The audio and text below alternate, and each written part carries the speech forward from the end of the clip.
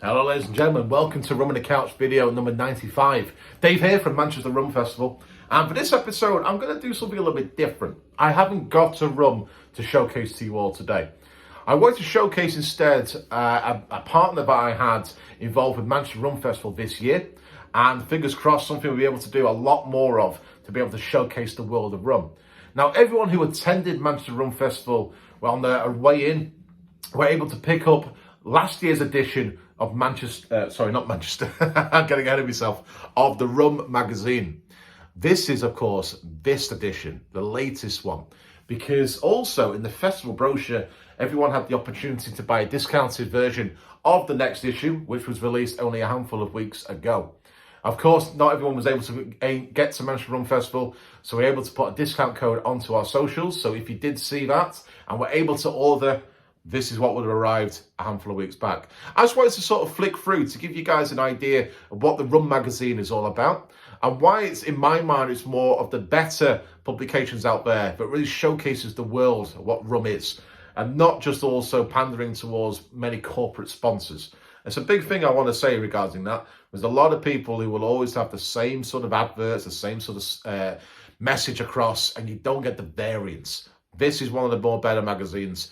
And also one of the newest ones that I was more than happy to have as my media partner for Manchester Rum Festival. This is not a sponsored video in terms of that. This is just me wanting to showcase something a little bit different to you all. So, Rum Magazine, we've got on the front there Bacardi's new blender. We've got a little bit of the World Rum Awards 2022. El Alma de Cuba, inside the vibrant world of Cuban rum. A little bit about the Barbados rum styles, and obviously their fight for the geographical indicator, Haitian Clarin, and of course some great rum cocktails and some American rum makers as well. So already the front page is giving me a great idea of what this could be offering, and 48 rums have been tasted as well. Back cover, we've got a rum I don't think I've had the opportunity to give a go yet. I'm going to say this hopefully right. Nativo rum. It doesn't say where it's from. Oh, Panama. Seems to have won lots of awards, so that's always intriguing me to give a go already. Haven't seen that in the UK too often, so it may have only just arrived onto our shores. Very, very happy to have Bethany, who's the editor of the magazine, actually in attendance at Manchester Rum Festival to see what Manchester's doing. It's not all about London. But ultimately, a nice little message. And look at that inside front page. St. Vincent Distillers Rums. Really looking forward to hopefully getting these guys on board with Manchester Rum Festival next year. Sunsets, one of the highest proof of rums available here in the UK market. SLR, Sparrows and Captain's Bligh XO are three very great rums. Showcase what St. Vincent and the Grenadines can offer in terms of their styles of rum. Just going to have a quick flick through. I don't want to obviously read too many articles. I don't want to give it all away for you all. But Peter Hollands, him of the Floating Rum Shack, and if you were at the Rum Festival or know Pete quite well, you know he's a very avid fan of the Barbadians, especially when it comes to the likes of Foursquare. He's on a nice little contributing editor piece on the Rum Rabbit Hole, plumbing the wondrous depths of rum knowledge. What else we got here? The Celebration of World Rums by Bethany herself. Oh, would you look at that? It's actually my own rum festival. I knew that was in the magazine, but I didn't realise it was so early. So that was actually showcasing, obviously, this year's Rum Fest. Some great brands, as I'm sure you all know if you were there.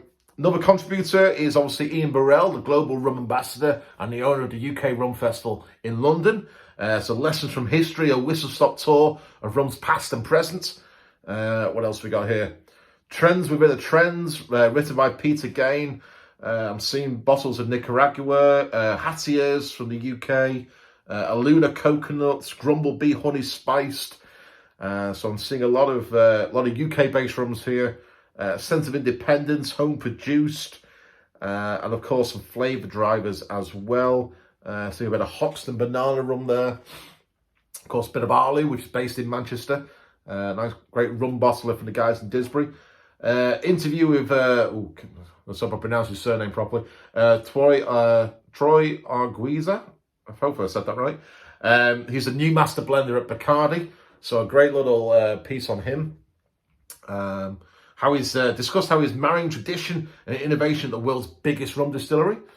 Nice couple of cocktails there, a couple of historical photos as well. Great for an insight. You know, Bacardi is we wouldn't be here really if it wasn't for Bacardi in my mind, or I wouldn't be doing what I do now. Just a spoonful of sugar, so that's the production of US rum. I see a nice little bottle of Montagna, who were also at Manchester Rum Festival this year. Some nice little showcase there. What else we got? I see Karen Hoskins, who is the owner of Montagna, United States of Sugarcane. Look at that. Showcase what the US is all about. As a rum-loving nation, the US has its fair share of standout bars dedicated to sugarcane spirits. So a nice little map and showcasing the bars itself as well. Things like the Sparrow in Chicago, Rum Bar in Seattle, Smuggler's Cove in San Francisco with Martin Cates, Skull and Crown Trading Company in Honolulu. What else we got here? Frankie's Tiki Room in Las Vegas, Kana Rum Bar in Los Angeles, Adrift in Denver, the Rum Bar at Speakeasy Inn in Key West in Florida. Not been to any of these myself, so nice to have a guide able to get across. Crossing the continents. Billy Walker, famous in Scotch whisky world, spearheading the development of a new rum range, exploration rum from Panama. So nice to see, an insight into something a little bit new, trying to maybe seek it out on your own travels. Committed to a sustainable terroir, so De Paz, which is based out of Martinique. AOC Martinique rums are working towards a better future for the planet. I know that happens a lot with what Clermont are doing, so great to see De Paz showcasing that awareness as well. My Kingdom for a GI. This is all about Barbados and their GI. The likes of Foursquare, Mount Gay and the St. Nicholas Abbey trying to get on board with a GI, and obviously the impacts of what the West Indies Rum Distillery is attempting to do as well. So a couple of great interviews by the look of it here. Richard Seal as well. The Lie of the Land. An interview with Maggie Campbell. So I've not actually had the opportunity to meet Maggie yet, but she's now managing the estate of Mount Gay in Barbados. Obviously hailed from the US originally. Privateer was what the brand she was working with at that time. Head distiller, I believe she was. So nice little interview with her there. What else we got here? Distillery focus, White Peak Distillery. An English distillery that is thinking outside the box in its rum production. So a nice little showcase of a distillery there in Derbyshire. So always good to see the UK-based rums making an impact. What else we got? The Power of Sharing. Duppy Share, look at this. George Frost, met him several years ago when he launched in Manchester at Kikamoku when it was there. Started to really embrace the spice elements of the world. The XO is a very tasty little rum as well. So nice to see a focus on there. And their new packaging, their white, gets a very good response. What else we got here? Wild Thing. Clarin. Here we go. So Millie Milliken, obviously it was talking about Clarin rums, obviously Haiti. You've got yourselves obviously the world of Clarin itself, but obviously also things like Sam Benevolence. What have we got here? So nice little showcase, couple of inspirations of what Clarin's about, and definitely obviously looking about the impact on the local economy as well. An agricole renaissance. Meet two Hawaiian distilleries reviving the state's traditional agricole style rums. And I've seen Kohana several times. Not had the opportunity yet. I've only seen it a little bit in the UK. A little bit up north at least, but willing to give that a go. So nice little showcase on Hawaiian rums. Regional focus on Cuba as well. Obviously Eminente, which is a little rum and a couch we did a couple of episodes ago.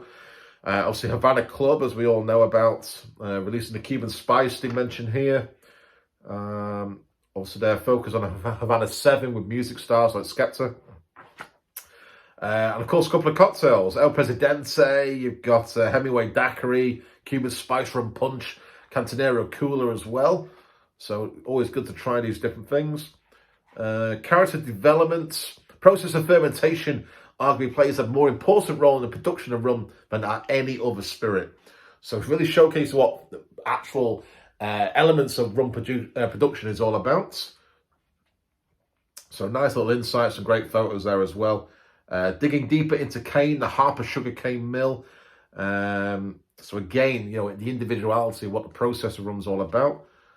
Interview with Karen Hoskin, mentioned her before, from Montagna. What else we got here?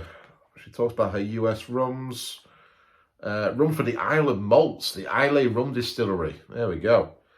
So Ben Inglis, who we met at the Rum Show 2 weeks ago in London. Really nice guy, great rums coming out from Scotland. And his is definitely one of the best ones there as well, alongside the likes of Ninefold and Jago. Matuga as well. So great to see Scotland being showcased. Bit of travel here. P&O Cruises to unveil world's first onboard rum distillery. Look at that. So intrigued to see what happens there. A couple of classic cocktails to enjoy as well. Don the Beachcomber's Navy Grog. In fact, it's all about grogs. Oh, a couple of juleps. Chairman's Reserve julep there as well with the Chairman's Legacy. Reviving a Zombie with 1934 version of Don the Beachcomber's Zombie Punch. I see Jungle Birds. I see Jungle Boats. And then, of course, the taste test of the World Rum Awards. Always a great insight to see what the panel of judges are looking at. So I see the world's best agricole and sugarcane juice unaged rum was De Paz, Cuvée de la Montagne. World's best column still unaged was Sunset, the very strong rum we mentioned at the beginning. What else we got here? World's best flavour is Mary Reed's rum spiced, based out of the Netherlands. Australia's won something here. Is the world's best hybrid still, best unaged from Brix Distillers, their white cane. So there's some great, unknown rums, which I'm sure will start heading over to the UK very soon. I see North Point's won a couple of things, Don Papa. And then, of course, classifications, right? Spanish, Latin style, British style, French styles give you great insight to what we keep talking about, so you have no idea why. So great to see, pure single rums, blended rums, vatted rums, what they all mean. And of course, the tasters by Pete himself and David T. Smith. They tried, 48 rums overall. I'm seeing their thoughts on the likes of Diablesse Clementine, 8-track spice rums. What we got here? Discarded Banana Peel, Hattier's Eminence. I'm seeing Hawksbills, Pineapple Spiced, John Paul Jones Lowland Rum, Cramanti, Tamarind Spiced, Mount Gay XO, Black Barrel as well, Nusacana Spice Rum, Neptune Caribbean, One Eye Rebel. I'm seeing Pirates Grog, Love Potion #9, Renegade Cane Rums. You've got the Dunfermline Pot, Dunfermline Column, and the Old Bacalet Pot Stills. Rose Mullion Distillery, Santiago de Cuba, Salford Rum, Free Tides, Sun Camino, and all their thoughts and flavours on that as well. So, ladies and gents, that's the latest issue of the Rum Magazine. Still available to purchase. Just head over to or Google Rum Magazine itself, and you'll be able to pick up your your copy, and have it actually delivered straight to your house as well. And the good thing is, it is every year at the moment, so it's a great showcase of what's coming up, but also what you may have missed over the last couple of months as well. Some great insights, some really good interviews there. So always a great little read to enjoy over a glass of rum as well. So then, gents, feel free to enjoy yourselves if you do pick up a copy. Let me know if you have done already and what your thoughts are on some of the wordings within it, and maybe some of those recipes we tried as well. But until then, I will see you in the next Rum on the Couch episode very soon.